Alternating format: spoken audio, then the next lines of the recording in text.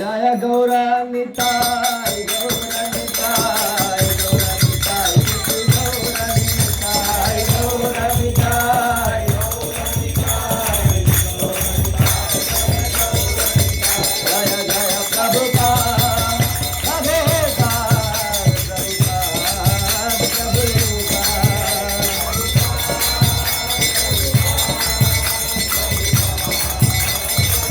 जय जय गुरुदेव गुरुदेव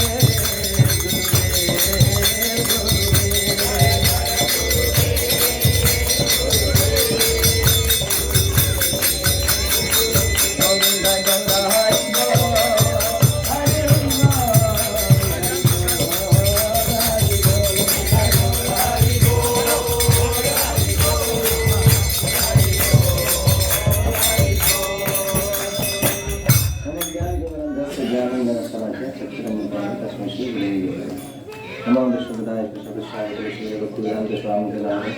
नमस्ते शाश्वत देवी गौरवाणी पिचारी विशेष पाशा जय श्री कृष्ण चैतन्य प्रभु नित्यानंद श्री अद्वैत गदाधर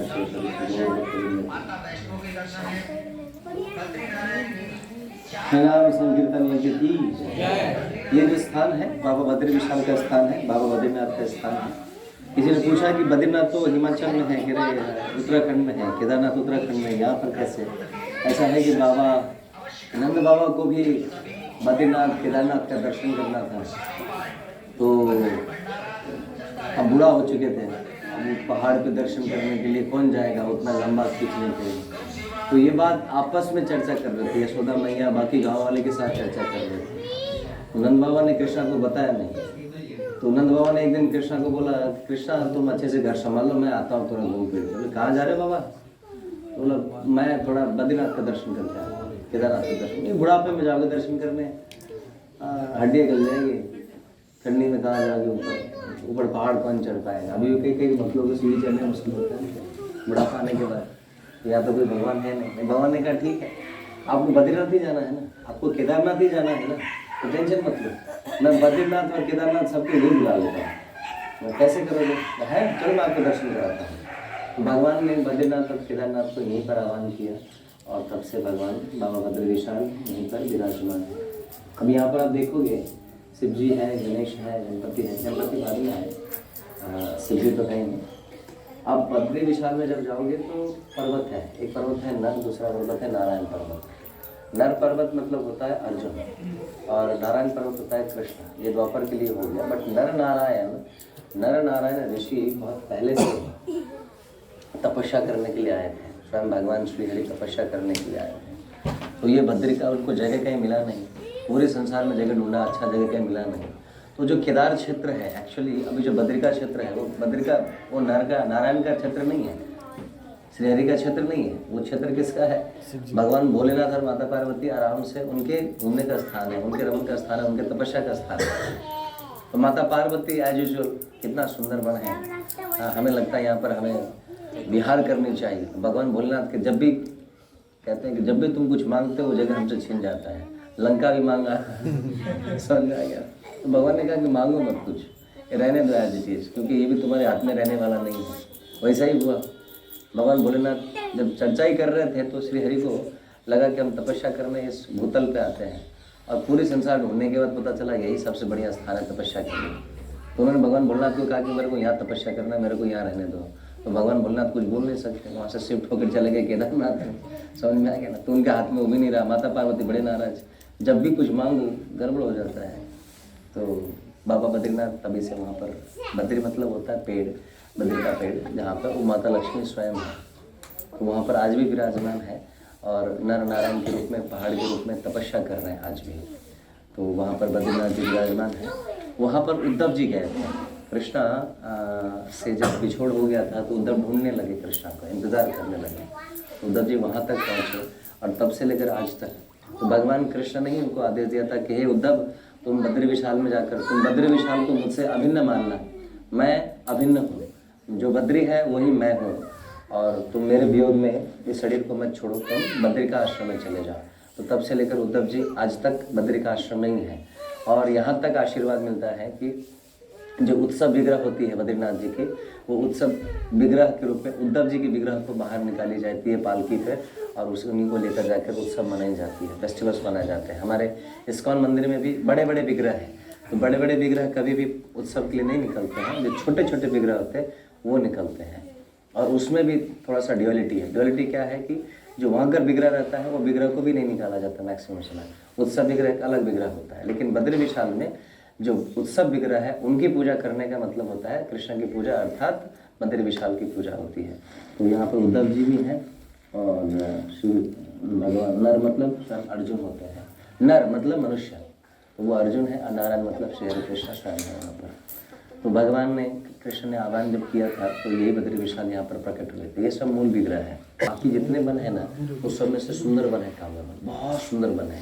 इस एरिया में, भरतपुर वाला एरिया है ये, इस एरिया में पॉपुलेशंस बहुत कम है और मोस्टली इनहेबिटेड, मतलब मनुष्य लोग उस एरिया में बहुत कम बैठते हैं, ऐसा समझिए। उस समय भी कम ही बैठते थे, लेकिन भगवान अपने गोपियों के साथ और ग्वालों के साथ इधर लीला करने के लिए आते हैं।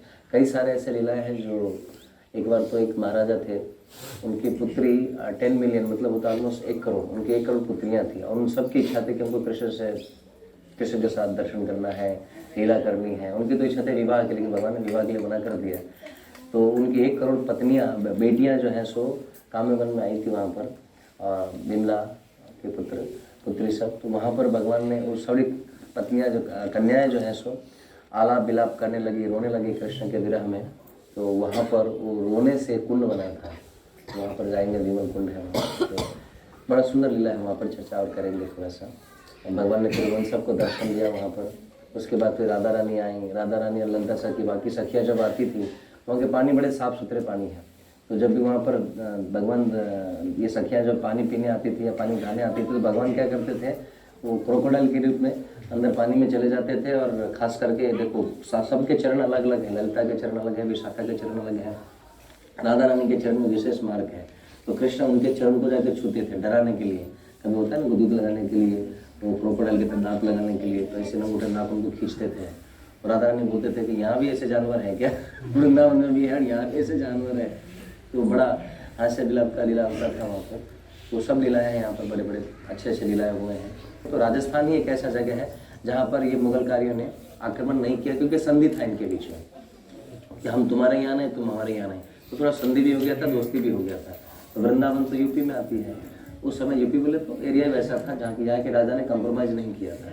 तो सबको तोड़ने की जब बारी आई, ओरिजिनल विग्रह की, जो 4900 साल पुरानी, भगवान कृष्ण के जाने के बाद उनके परपोती ने जब विग्रह का स्थापना किया था बद्रीनाथ में, वो सारे विग्रह को जब तोड़ने की बारी आई तो सब गांव वाले ने उठाया विग्रह को और पालकी, क्या कहते हैं इसको, बैलगाड़ी पे लेके आना चालू हुआ।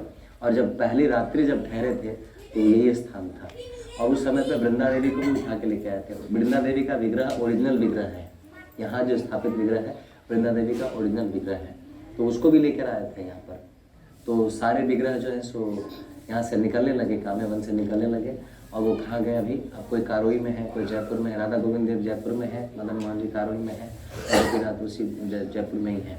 ये तीनों विग्रह वहीं पे, ओरिजिनल विग्रह जो है सो वृंदावन में जो विग्रह है सो ओरिजिनल नहीं है, प्रतिमूर्ति है। प्रतिमूर्ति मतलब उनके हिसाब से वैसे विग्रह के स्वरूप में बनाया गया विग्रह है। ओरिजिनल विग्रह जो है जयपुर में है, राधा गोविंद देव का, गोपीनाथ का और मदन मोहन जी का कारोई में है। तो 3 दिन मतलब 3 रात्रि यहीं पर ठहरे थे भगवान। तो आज भी वो विग्रह का यहाँ पर मूर्ति प्रतिमूर्ति मिलती है। सब जाने को तैयार हो गए, लेकिन वृंदा देवी ने टस-मस नहीं किया, बोले मैं ब्रज छोड़ के कहीं नहीं जाने वाली। तो ये ब्रज जो है पूरी वृंदा देवी की ही कृपा से चलती है। और वृंदा देवी के आशीर्वाद के बिना, वृंदा देवी की आदेश के बिना यहाँ पर कोई लीला नहीं हो सकती। 1 इंच भी एक लीला नहीं होती है। आप प्रवेश कर रहे हो, कृष्ण आपने जैसे प्रवेश किया ना, मथुरा में एंटर किया ना, तो वहाँ पर एक तोता ने इन्फॉर्मेशन दिया वृंदा देवी को कि कृष्ण आया है, हाँ, ललिता माता जी का पुत्र, राम मंगल जी का भांजा, वो आया है करके। तो तोता पूरा इन्फॉर्मेशन देता है। उनके पास लाखों तोते हैं, अलग अलग कलर के तोते हैं। तो जितने तोते हैं ना, वृंदा देवी के खबरी हैं, सब एजेंट हैं, सब सारे इन्फॉर्मेशन देते हैं कि तनिष आया है, तनिष ने माला किया कि नहीं, फलाने ने तिलक लगाया कि नहीं, सिर्फ रजाई में जाके सब सो गया है क्या, धाम में आके नाम जाप किया कि नहीं, वो सारा information A to Z accountability रखते हैं। और फिर बाद में अगली बार जब आएगा तो इसने पिछली बार किया नहीं था, इसको कुछ दंड देना पड़ेगा। तो ऐसा ही होता है। तो जब भी जीवन में समस्या है तो समझ लेना हम दंड के भागी है, कहीं तो पाप किया था, कुछ तो बदमाशी किया था, उसका दंड हमें मिल रहा है। इसलिए विचलित नहीं होने का, भगवान की शरणागति रहने का। जब इतना सुंदर सुंदर कृष्ण की लीलाएं किए वृंदा देवी ने, तो एक दिन राधा रानी को लगा कि वृंदा देवी सब कुछ हमारे लिए करती है। वो उम्र में बड़ी है ना वृंदा देवी, हमारे लिए सब कुछ करती हैं, हमने उसके लिए कुछ नहीं किया है। और ब्रज छोड़ के नहीं गई वो। अब कभी पूछेगा कि ब्रज छोड़ के नहीं गए मतलब अपना उनका जो विग्रह है, मूल स्वरूप है, इतना भारी बन गया, इतना भारी बन गया कि कोई वो बैलगाड़ी टस मस नहीं हो रही है, तो वहीं पर स्थापित करके रखना पड़ा। और रूप गोस्वामी स्वयं इस बात पर चर्चा करते हैं, आएंगे कभी चर्चा करेंगे आगे समय बन में।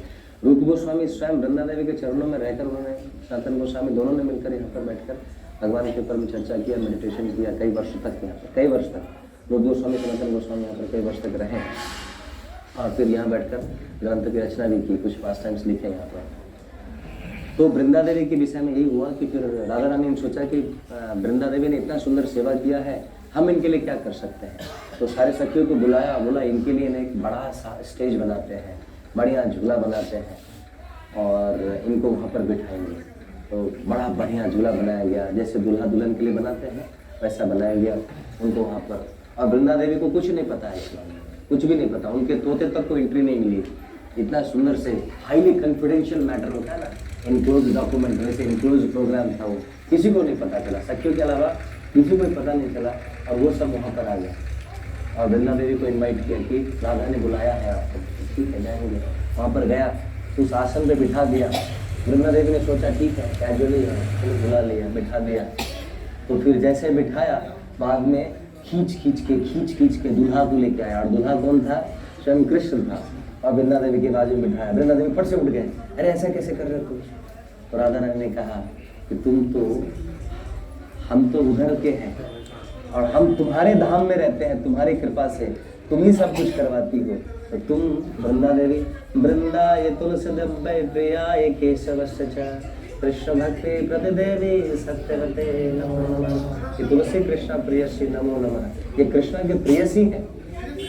यहाँ पर वृंदा देवी की असली जो मूल स्वरूप है वो कृष्ण के प्रियसी के रूप में है। तो वहाँ पर दोनों के विवाह करवाते हैं, माला फेर होता है, सुंदर से अग्नि हवन के आगे परिक्रमा करते हैं। और ब्राह्मण कौन? पूछो ब्राह्मण कौन? राधा रानी। मंत्र पढ़ने वाले और कौन ब्राह्मण? ललिता सखी, विशाखा सखी, ये सब सखियां हैं। तो और उसका फोटोग्राफी लेने वाला चित्रलेखा, समझना। ये सब अलग अलग सारे प्रोग्राम हो रहे हैं, जैसे आप वीडियोग्राफी कर रहे हो, फोटोग्राफी कर रहे हो, तो सब वहाँ पर थे। ढोल मृदंग बजाने वाले, तुंग विद्या, ये सब बैठे थे वहाँ पर, सब अलग अलग प्रकार से। हाँ, थोड़ा साइड हो जाइए, रास्ता दे दीजिए माता जी, स्वामी जी को रास्ता दीजिए। आइए थोड़ा जगह दे दीजिए, जगह को क्लोज मत कीजिए। तो इस प्रकार से वहाँ पर सुंदर लीलाएं हुई थी। और वृंदा देवी ने आज तक ब्रजभूमि वृंदावन को नहीं छोड़ा है। बोल वृंदा देवी तुलसी महारानी की जय, विशाल की जय। तो हम वृंदा देवी का जो सुंदर विग्रह है जो बद्रीनाथ जी ने स्थापित किया था, उनका भी दर्शन करेंगे आगे चलकर। मैंने थोड़ा सा छोटी छोटी घटनाएं बता दी।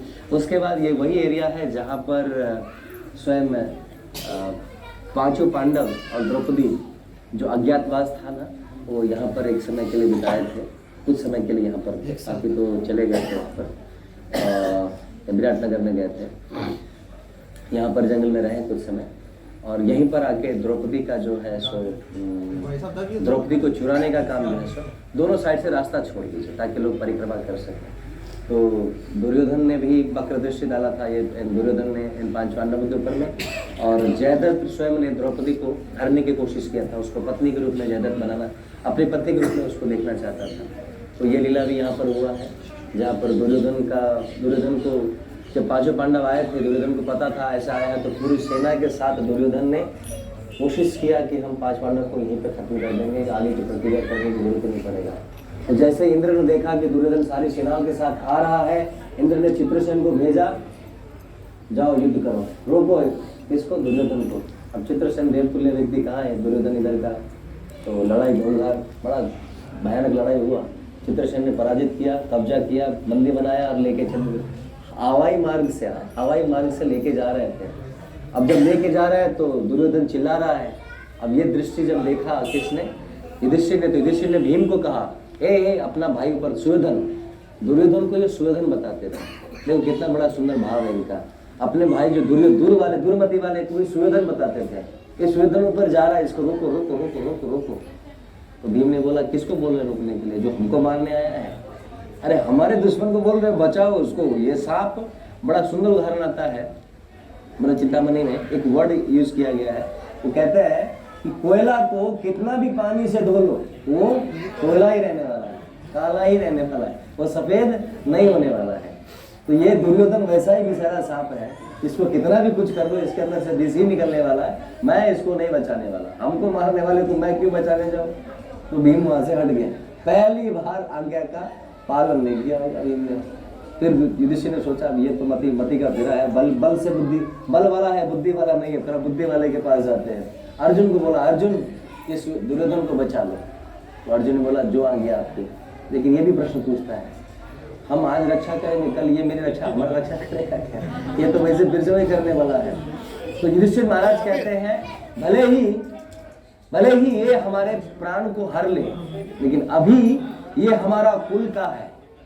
युधिष्ठिर महाराज बड़ा सुंदर ज्ञान देते हैं, ये हमारा कुल का है और कुल का रक्षा करना अर्जुन तुम्हारा धर्म है। उसी तरह हम सब सनातनी हैं और प्रत्येक सनातनी को, हर एक सनातनी की धर्म की रक्षा करना हम सब की कर्तव्य बनता है। हाँ या ना? हाथ उठाओ, कितने को लगता है? हाथ ही उठ रहा है। गौर प्रेमानंदे।